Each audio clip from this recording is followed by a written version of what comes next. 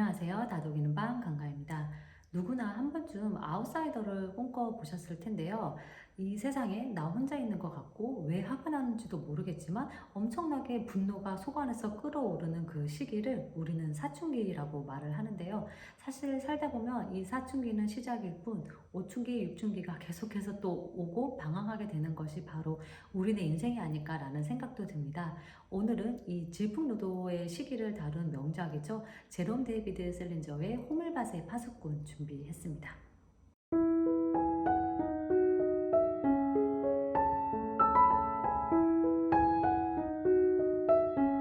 185cm의 큰 키에 머리에 새치가 가득한 16살 소년 홀드는 벌써 네 번째 학교에서 퇴학 통지서를 받았습니다.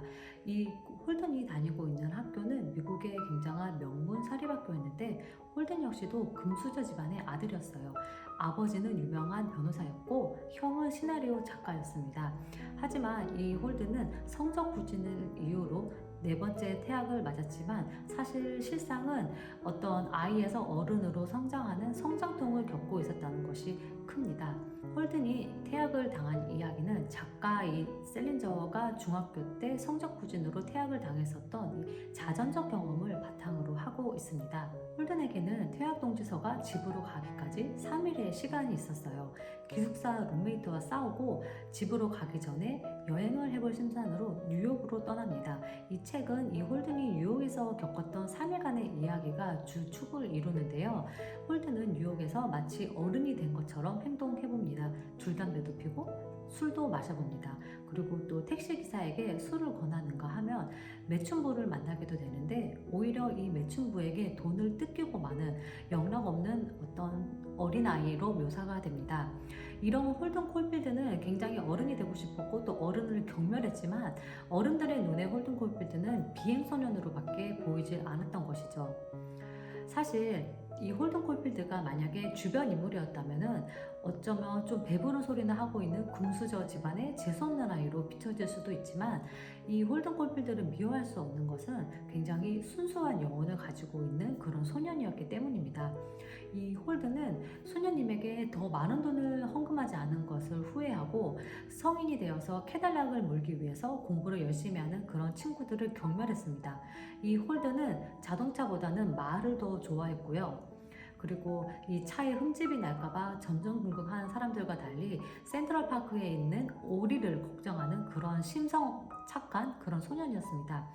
이 홀든은 계속해서 오리를 생각해요. 선생님한테 혼날 때도 택시를 탔을 때도 계속해서 이 오리들이 겨울에는 어디로 이동할지 어떻게 지낼지를 걱정하는데요. 어쩌면 이 홀든이 오리를 걱정했던 것은 미운 오리 새끼와 같은 자신을 이 오리에 대입시켰기 때문이 아닐까 싶기도 합니다.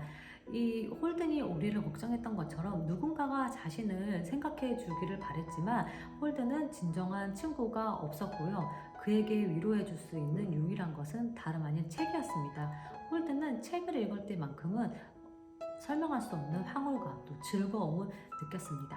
그나마 이 홀든이 마음을 열 수 있었던 사람이 앤톨리니 선생님이었는데요. 이 선생님은 이 세상에 홀든 혼자만이 아니라는 것을 일깨워주면서 홀든을 다독입니다.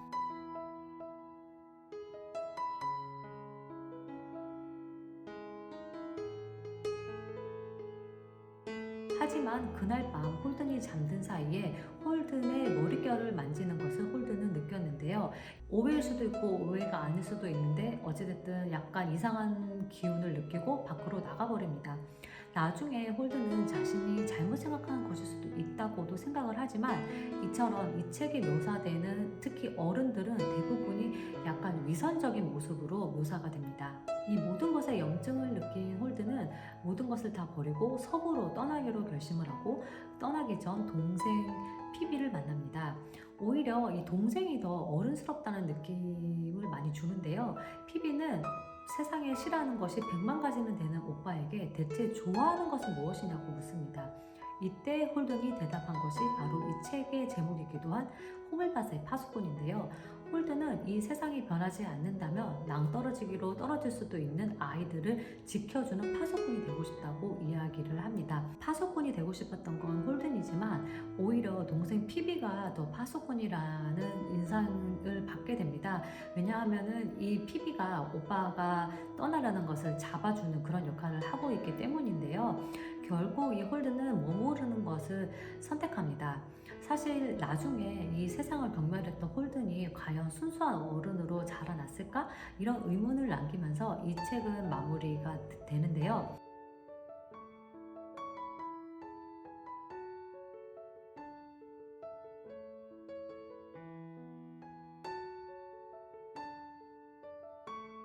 이 책에서 작가가 굉장히 강조하고 있는 것은 이 홀든과 피비로 대변되는 순수입니다. 이 작가 셀린저 역시도 굉장히 순수를 갈망했는데요. 사실 그래서 그런지는 잘 모르겠지만 이 셀린저의 연애사를 보면은 셀린저는 굉장히 어른이 되기 직전에 소녀들을 사랑했어요. 대부분 사랑에 빠진 여자들의 나이가 16살, 19살이거든요. 특히 이 셀린저의 첫사랑은 극작가로 유명한 유진 오닐의 딸인 우나 오닐이었습니다. 한 사교 모임에서 그녀를 만나게 되고 사랑에 빠지는데 이 셀린저가 전쟁에 참전하게 돼요. 그 사이에 이 우나 오닐은 찰리 채플린을 만나서 결혼을 해버립니다. 근데 사실 우나 오닐의 인생으로 보자면 잘한 선택이었던 것 같아요. 왜냐하면 두 사람은 정말 서로를 일평생 사랑하면서 지냈거든요. 반면 셀린저는 그 이후에도 여러 여자들을 만나게 됩니다. 앞서 말씀드렸다시피 대부분 어린 여자들이었는데 특히 한국에서는 많이 유명하지 않지만 미국에서는 13살 때 문학상을 받으면서 굉장한 센세이션을 일으켰었던 조이스 메이나드와도 사랑에 빠져요. 그때는 이미 이 셀린저가 호밀밭의 파수꾼으로 성공을 거두고 칩거 생활을 하고 있을 때였는데 그녀가 쓴 글을 보고 호감이 생겨서 만나게 되고 두 사람이 실제로 한 10개월 정도 동거를 하게 됩니다.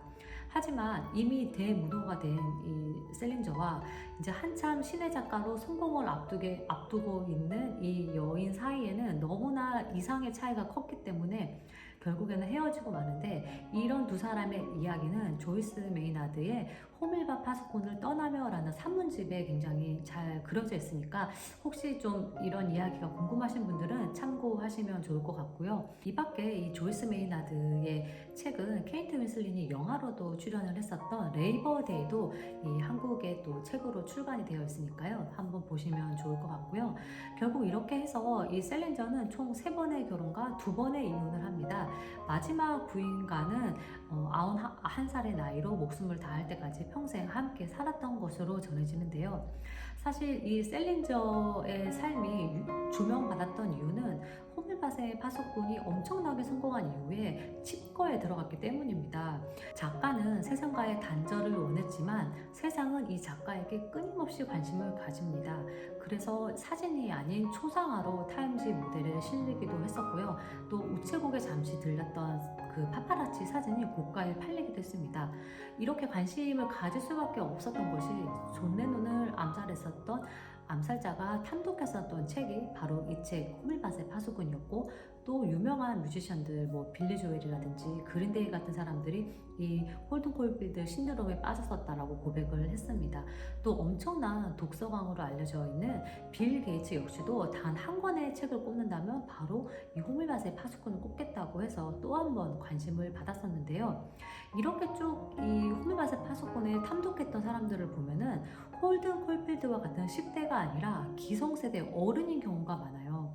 어쩌면 이 어른들이 잃어버린 순수를 찾고 싶은 그 마음이 굉장히 강했기 때문이 아닐까라는 생각이 드는데요. 그래서 이 셀린저 역시도 각박한 세상에서 순수하게 살아가기가 힘든 것을 알기 때문에 모든 세상과 등지고 숲속에서 자신만을 위한 글쓰기를 하면서 한 생을 마감했던 것이 아닐까라는 생각이 들고 이런 셀린저야말로 진정한 글을 쓰기 위해서 태어난 작가를 위한 작가가 아니었을까 싶기도 합니다. 오늘은 이 호밀밭의 파수꾼 함께 읽어보셨고요. 저는 또 다음 시간에 다독이는 책으로 찾아뵙겠습니다. 추스!